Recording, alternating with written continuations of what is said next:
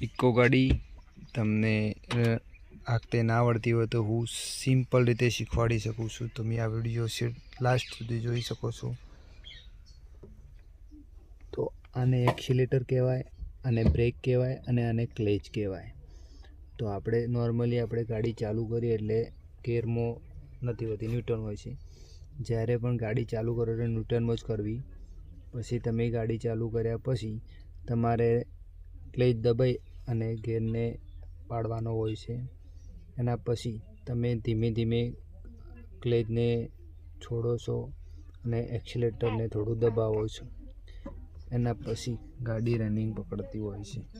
જ્યારે પણ તમારે ગાડીનો ગેર બદલવાનો હોય એટલે ફરી તમારે ક્લેચ કરી અને ગેરમાં બીજા નંબરનો ગેર નાખવાનો હોય છે. તમે સમજી ગયા છો. એક્સિલેટર, બ્રેક અને ક્લેચ.